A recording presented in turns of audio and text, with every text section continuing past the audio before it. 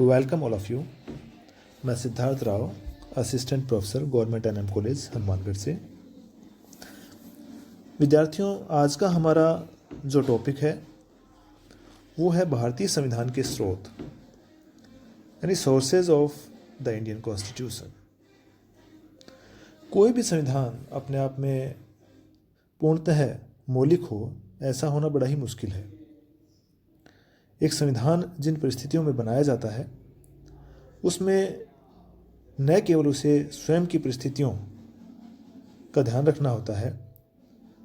बल्कि साथ ही साथ उसके द्वारा जिन बातों को अपने संविधान में शामिल करना होता है उसका ज्ञान या उसका स्रोत अन्य संविधानों से भी सामान्यतः लिया जाता है। संविधान निर्माताओं को भी, यानी हमारे संविधान निर्माताओं को भी इस बात का एहसास था कि उन्हें भारत जैसे विशाल और विविधताओं से परिपूर्ण देश के लिए एक ऐसे संविधान का निर्माण करना है जो कि हमारे यहाँ की जो विशेष परिस्थितियाँ हैं और उस समय की संकट की घड़ियों में भी उसे सफलतापूर्वक संचालित किया जा सके। इसलिए उन्होंने इस बात पर जोर देने की बजाय कि वो पूर्णतः मौलिक संविधान यानी ओरिजिनल कॉन्स्टिट्यूशन का निर्माण हमारे देश के लिए करेंगे, इस बात पर जोर देने की बजाय उन्होंने एक व्यवहारिक संविधान का निर्माण करने की बात पर जोर दिया। संविधान सभा में हमारे ड्राफ्टिंग कमेटी के अध्यक्ष डॉक्टर B.R. अम्बेडकर ने भी स्पष्ट रूप से इस बात को स्वीकार किया कि हमारे संविधान में यदि कोई नई बात हो सकती है तो यही कि उसमें पुराने जो प्रचलित संविधान हैं उनकी गलतियों को दूर किया जाए और जो संविधान निर्मित किया जाए वो देश की ज़रूरतों के अनुसार हो। उधार लेने के अंदर किसी भी तरीके की साहित्यिक चोरी नहीं है और शासन और विधान के बुनियादी सिद्धांत के बारे में किसी का की कोई भी एक अधिकार नहीं होता है, ऐसा डॉक्टर B.R. अम्बेडकर का मानना था। अब अगर हम इस बात पर विचार करें कि सामान्यतः हमारे संविधान के कौन कौन से स्रोत थे जहाँ से हमने हमारे संविधान से संबंधित प्रावधानों को लिया, तो हम कह सकते हैं कि ऐसे स्रोतों को दो भागों में विभाजित किया जा सकता है। एक तो ये कि जन्म संबंधी स्रोत, यानी कि जहाँ से हमने उनको लिया है या स्वीकार किया है। दूसरा होता है विकास संबंधी स्रोत, यानी जैसे जैसे हम डेवलपमेंट करते हैं उस विकास के साथ साथ हम जो नई नई चीज़ें और अनुभव सीखते हैं उनको हम स्वीकार करते हैं। किंतु आज हम जिस मुख्य बात पर चर्चा करेंगे वो है इसके जन्म संबंधी स्रोत, यानी संविधान निर्माण के समय हमने किन अन्य देशों के संविधानों से अलग अलग बातों को स्वीकार किया। और ये मुख्यतः जो अलग अलग देश थे उनमें जो देश मुख्य रूप से शामिल हैं या देशों के संविधान मुख्य रूप से शामिल हैं वो है मुख्यतः जैसे ब्रिटिश संविधान,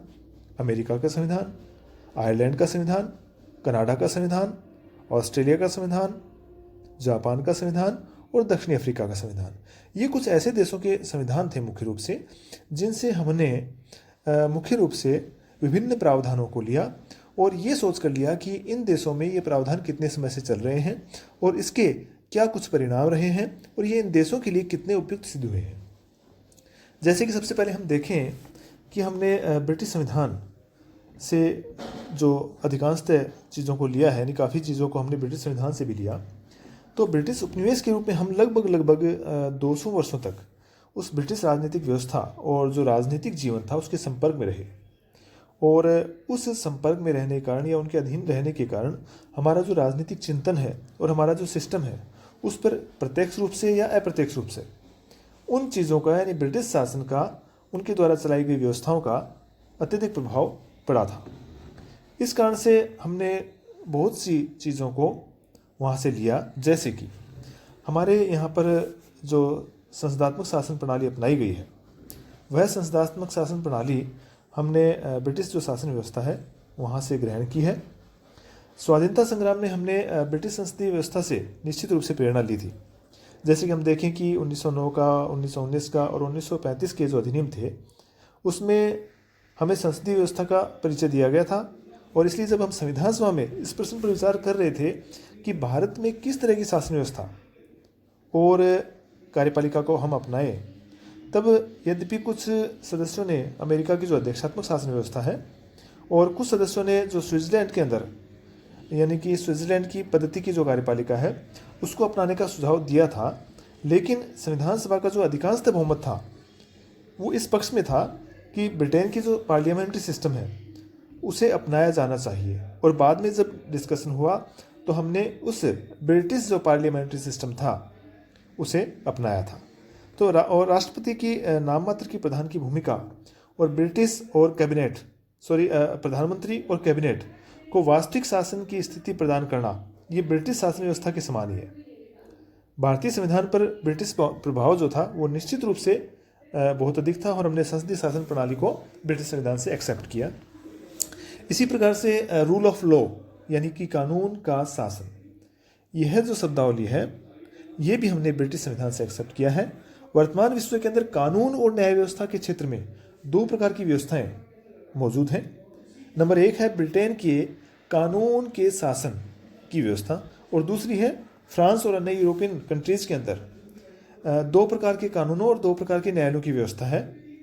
तो भारत के अंदर जो है ब्रिटेन की व्यवस्था को अपनाते हुए सभी व्यक्तियों के लिए, सभी नागरिकों के लिए, सभी कर्मचारियों के लिए एक ही प्रकार का कानून और एक ही प्रकार की न्यायालय की व्यवस्था अपनाई गई है, ना कि दोहरे कानून और दोहरी व्यवस्थाएं जैसा कि अन्य कुछ देशों में देखने को मिलता है। फ्रांस में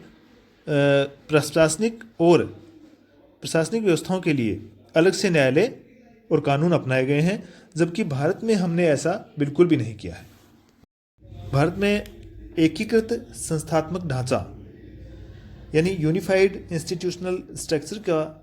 जो विशेषता है वो भी हमने ब्रिटिश संविधान से ली है। भारत में संघात्मक संविधान को अपनाया गया है और इस नाते भारत के द्वारा दोहरी न्यायपालिका, दोहरी नौकरशाही और दोहरी नागरिकता को अपनाया जा सकता था, क्योंकि सामान्यतः संघात्मक शासन व्यवस्था में ऐसा ही किया जाता है। लेकिन इस मामले में भी हमने भारतीय जो संविधान निर्माता हुए उन्होंने ब्रिटेन से बहुत प्रभावित वो लोग थे और इसी कारण से उन्होंने एकीकृत संस्थात्मक ढांचे को अपनाया संघात्मक शासन व्यवस्था के होते हुए भी। इसके अंतर्गत जो तीन बातें मुख्य रूप से हैं, जैसे कि हमने एकीकृत न्यायिक व्यवस्था को अपनाया, एकीकृत नौकरशाही और सिंगल सिटीजनशिप यानी इकहरी नागरिकता, ये सब जो है हमने ब्रिटिश संविधान से लिया। ब्रिटेन की भांति न्यायिक व्यवस्था में भी हमने पद सोपान का सिद्धांत यानी प्रिंसिपल ऑफ हायरार्की को अपनाया है। इसके अलावा हमने कुछ चीज़ें अमेरिका के संविधान से भी ली हैं। भारतीय संविधान की जो प्रस्तावना है, जो प्रियम्बल है, उस पर अमेरिका की स्वाधीनता की घोषणा का स्पष्ट प्रभाव दिखता है और संविधान का मौलिक अधिकारों से संबंधित जो अध्याय है स्पष्ट रूप से यूएसए के संविधान से ही प्रभावित होकर हमने उसे अपनाया है। इसके अलावा आंशिक रूप से यदि देखें तो जो जुडिशियल रिव्यू यानी न्यायिक पुनरावलोकन की शक्ति सहित न्यायालय की स्थापना का विचार भी हमने अमेरिकी संविधान से ही लिया है। इसी तरह हमने आयरलैंड के संविधान से भी कुछ चीज़ों को लिया। राज्य की जो डायरेक्टिव प्रिंसिपल्स हैं यानी राज्य के नीति के निर्देशक तत्व हमने आयरलैंड के संविधान से लिए हैं। संविधान की प्रस्तावना में हमने लिखा है हम भारत के लोग। इन शब्दों का प्रयोग संयुक्त राज्य अमेरिका और आयरलैंड के संविधानों को की तरफ जो है हमारा ध्यान दिलाता है। इसी तरह भारतीय संविधान में राष्ट्रपति के निर्वाचक मंडल की व्यवस्था, संसद के दूसरे सदन में साहित्य, कला और विज्ञान और समाज सेवा के आधार पर प्रसिद्धि प्राप्त जो व्यक्ति हैं उनका मनोनयन आदि के जो प्रावधान हैं वो भी आयरलैंड के संविधान से प्रभावित होकर हमने उनको स्वीकार किया है।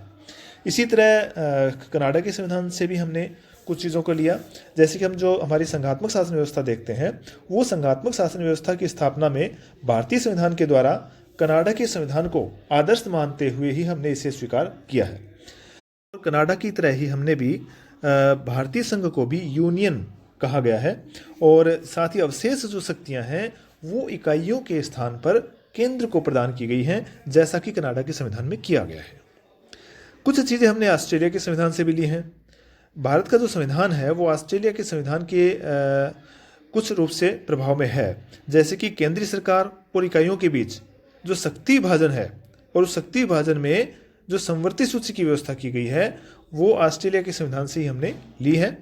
और ऑस्ट्रेलिया के संविधान की जो पद्धति पर ही यह तय किया गया है कि इस क्षेत्र में केंद्र और इकाइयों की सरकारों की स्थिति और उनके आपसी संबंध क्या होंगे। इसके अलावा भारतीय संविधान का जो आर्टिकल 21 है उसकी शब्दावली है कानून द्वारा स्थापित प्रक्रिया यानी प्रोसीजर एस्टैब्लिश बाय लॉ। ये हमने जापान के संविधान से ली है। और इस शब्दावली को अपनाकर हमने जो संसद है, संसद की सर्वोच्चता और न्यायपालिका की सर्वोच्चता, इन दोनों के बीच में एक प्रकार का सामंजस्य, एक तरह का मेल स्थापित करने का प्रयास किया है। इसी तरह हमने दक्षिणी अफ्रीका के संविधान से भी कुछ चीज़ों को लिया, जैसे कि भारतीय संविधान में संशोधन के लिए जिस प्रणाली या जिस प्रोसेस को अपनाया गया है वो हमने दक्षिणी अफ्रीका के संविधान से ली है। और इन सब के अतिरिक्त भारतीय संविधान के अंतर्गत संकट काल के समय राष्ट्रपति को मौलिक अधिकारों के स्थगन संबंधी जो अधिकार दिए गए हैं वो हमने जर्मनी के वीमर संविधान 1919 यानी 1919 के 48वें अनुच्छेद से हमने उनको वहाँ से लिया है। तो इस तरीके से देखते हैं कि हमने हमारा जो संविधान है वो बिल्कुल मौलिक या मूल नहीं है, या जो हमने सिर्फ अपने लिए ही बनाया हो, बल्कि हमने अपने अनुभव के साथ साथ विश्व के अन्य देशों के संविधानों से भी प्रेरणा लेते हुए हमने अपने संविधान का निर्माण किया है। हमारे संविधान निर्माताओं ने इस संविधान के अंदर अलग अलग जो देश थे उनके संविधानों से और जो सामग्री ली है वो इसलिए ली है ताकि वहाँ जो प्रावधान है वो काफ़ी लंबे समय से चले आ रहे थे, और उनसे जो कुछ निष्कर्ष रूप में इतने समय में जितना कुछ उन प्रावधानों का प्रभाव रहा, उस प्रभाव से जो है उसको ध्यान में रखकर उन चीज़ों को लिया कि तुलनात्मक रूप से जो चीज़ें ज़्यादा लाभदायक और ज़्यादा अच्छी लगी, जैसे कि हमें जो है संस्थात्मक अध्यक्षात्मक व्यवस्था दोनों नज़र आ रही थी, लेकिन हमने हमारी वर्तमान परिस्थितियों को ध्यान में रखते हुए दोनों का आकलन करते हुए संसदीय शासन व्यवस्था को अपनाया। इसी तरह हमने अलग अलग प्रावधानों को दूसरे देशों के संविधानों से और उनके अनुभव से